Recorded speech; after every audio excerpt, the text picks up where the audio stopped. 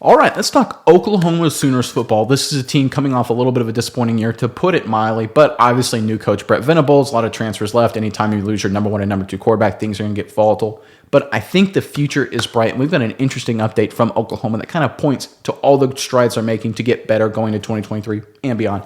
But before I get into that story, Sooners fan, I want to hear from you guys in the comment section below. Obviously, played a lot of young guys last season, a lot of learning curve, a lot of good, a lot of bad.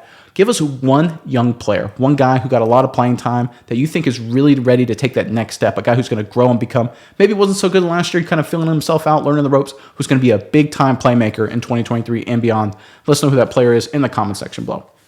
But all right, so Oklahoma, obviously disappointing season last year, but again, a lot of good reasons for that. I don't want to give excuses, but to be honest, a lot of volatility and just the Big 12, it just didn't work out for them last year. It happens sometimes. Just the way it is. It's college football, big-time college football. Sometimes when you change coach, lose your 1 and 2 quarterback, new defensive schemes, that kind of thing, it just gets hard, right? Just the way it is. No excuses. That's just reality. This team still has talent, though, and they're looking forward to a couple key members on this team to make a big step next year. And there was an article that came out, I'll put up part of it right here, talking about none other than Danny Stutzman, who I think is one of those guys that Venables and company is really looking forward to taking that next leap next season. So I'm going to read through what Venables said here a little bit. Danny was outstanding in our bowl game. I think it was quite obvious he's the best player in our defense. And I say that because I'm not worried about Danny, getting full of himself. But I'm also going to recognize a guy that I think we can build a defense around. And he's got a lot to improve at too, physically, fundamentally understanding. But he's a guy that's been putting in the work, and he's fanatical about putting in work and improving, got a great sense of desperation. Stutzman led the Big 12 in total tackles at 126 on the season.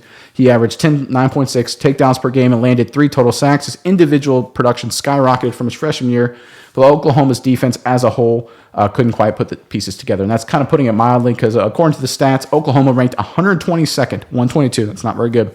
In total defense, giving up 461 yards per game. Scoring defense, they're a little bit better, but only kind of by default. They weren't very good. They ranked number 99 in the country. That's obviously not excusable for a Venables coach team. He's a great defensive mind, a lot of great things at Clemson. So it's obviously the production on the field from OU's defense is not what he's looking forward to. But I think what we're seeing here from Venables and a guy like Stutzman here is that they're just looking for these young guys, these young playmakers, now that they feel more comfortable in the scheme, kind of grow up and be adults. Because it's one of those things, and I think we saw this with Lincoln Riley under Oklahoma. Riley was such an offensive guy, and he was all about the quarterback and playmakers on the quarterback, where I feel like Oklahoma just stopped caring on defense, right? It's so weird to say, because they've had a lot of dominant players over the years. But when I look at Oklahoma, it's like, listen, they should have, and they draft, recruit guys really well on the defensive side of the ball. Why are they giving up 55 to Oklahoma State? Why do they need Baker Mayfield, go Baker Mayfield days to drop 60, Kyler Murray to drop 55, Caleb Williams to do amazing things?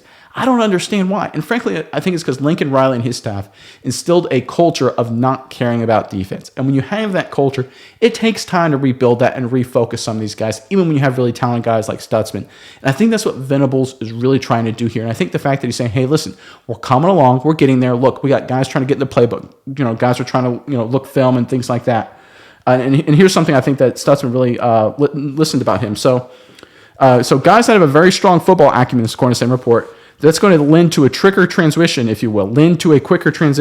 Excuse me. A group of guys that are hungry. They're in the film room. Danny Stutzman, he didn't come in for a playbook for 8 to 10 weeks a year ago when Venables first arrived. All right, so what does that mean? Stutzman, talented defensive player, no doubt about it. New defensive coach comes in for 2.5 months. Didn't ask for a new playbook. Right? That's not on Stutzman's fault. He's a kid. This guy's 19, 20 years old.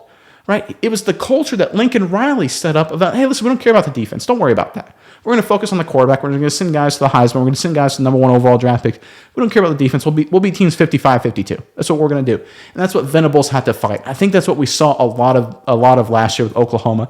And the fact, though, that seems to be turning around, it looks like there's a lot of guys going in the film room and really taking that next step on the defensive side of the ball, which sounds obvious, but remember, these are still kids. Look, I was a college athlete myself. A lot of times the mentality and focus of the coaches did trickle down to us at the individual level, where you're like, hey, listen, coach doesn't, he's a defensive coach. I was an offensive lineman back in the day. Defensive coach. He doesn't care about us. And our offensive coordinator, or at least my senior year, was a quarterbacks guy. So he didn't really focus too much on the offensive line. So again, you have that just different mentality, right? Things don't trickle down, down to the players the way that the coaches think they do sometimes.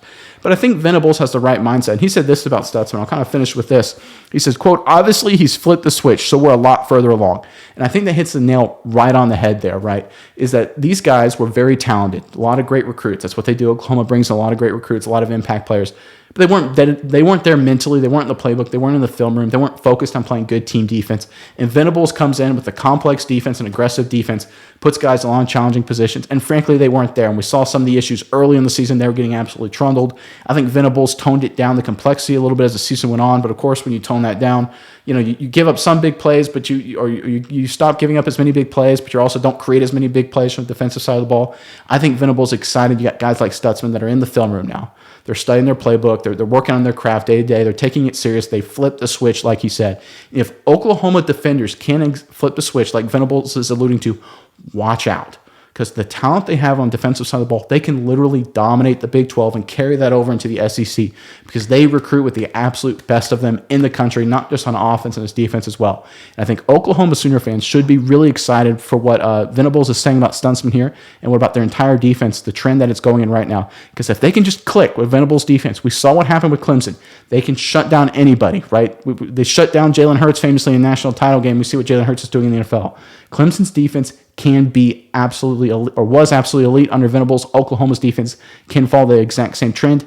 Now that they've rededicated themselves, they're in the playbook, they're in the film room, they're heading that way. So the rest of the Big 12 and the SEC going forward beyond that should watch out because this is going to be a fearsome and legitimate powerhouse defense for years to come.